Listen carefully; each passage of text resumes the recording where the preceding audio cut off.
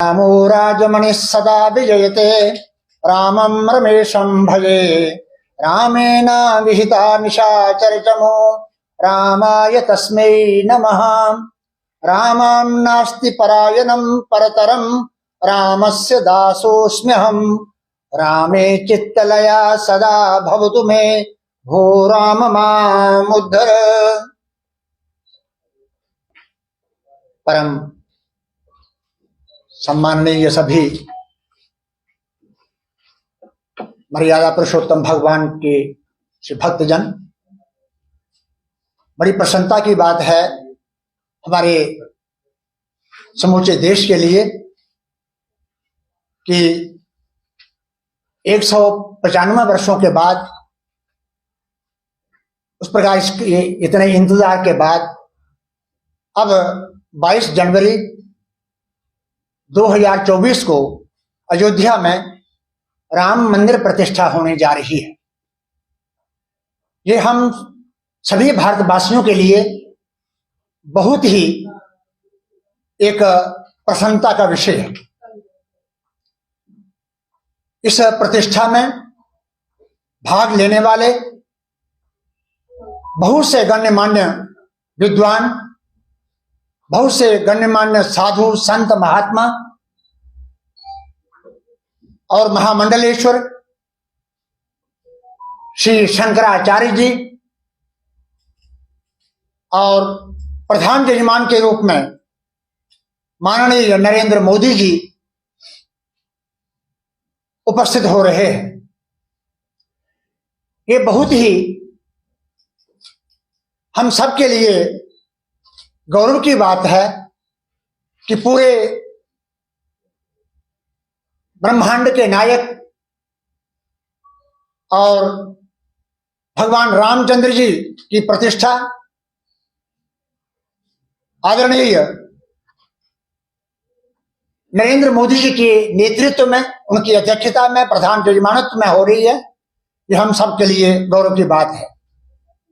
हम यहां पर किसी भी पार्टी विशेष की बात नहीं करते, हम केवल भगवान की बात करते हैं। भगवान सबके होते हैं और भगवान ने अपनी जो मर्यादाएं स्थापित की हैं, आज हम भगवान राम की इतनी श्रद्धा पूर्वक प्राण प्रतिष्ठा जो कर रहे हैं, ये क्यों कर रहे हैं? इसमें यह है कि त्रेता युग में मर्यादा पुरुषोत्तम भगवान श्री रामचंद्र जी ने अपने कई प्रकार के दुखों को सहन करके और जनता के सामने मर्यादाएं स्थापित की हैं। आप जानते हैं कि कोई भी बात हो, किसी भी प्रकार का कोई एक उद्देश्य हो या कोई महत्वपूर्ण हमारे व्रत त्योहार पर्व हो, धीरे धीरे उनमें कोई किसी प्रकार की कमी आने लगती है।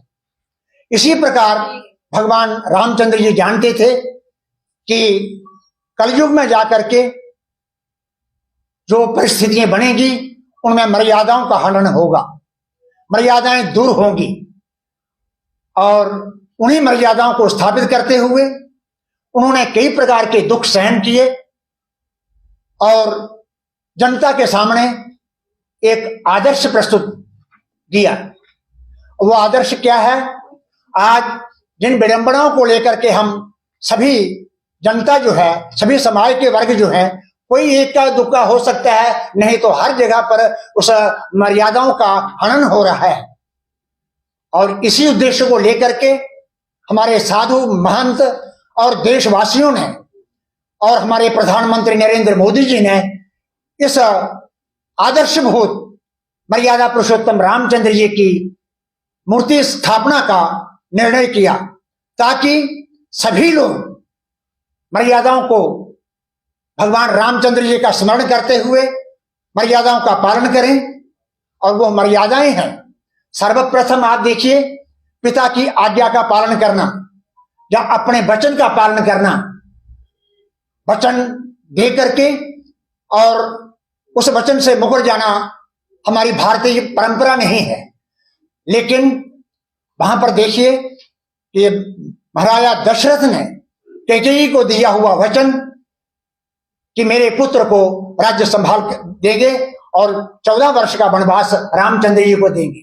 उन्होंने रामचंद्र जी का दूसरे दिन राज्याभिषेक होने जा रहा है और आज कैकेयी ने अपना वर मांग लिया और दशरथ जी ने अपने वचन को पूरा करने के लिए रामचंद्र जी को 14 वर्ष के लिए वनवास में भेज दिया। ये एक आदर्श, कितना बड़ा आदर्श है।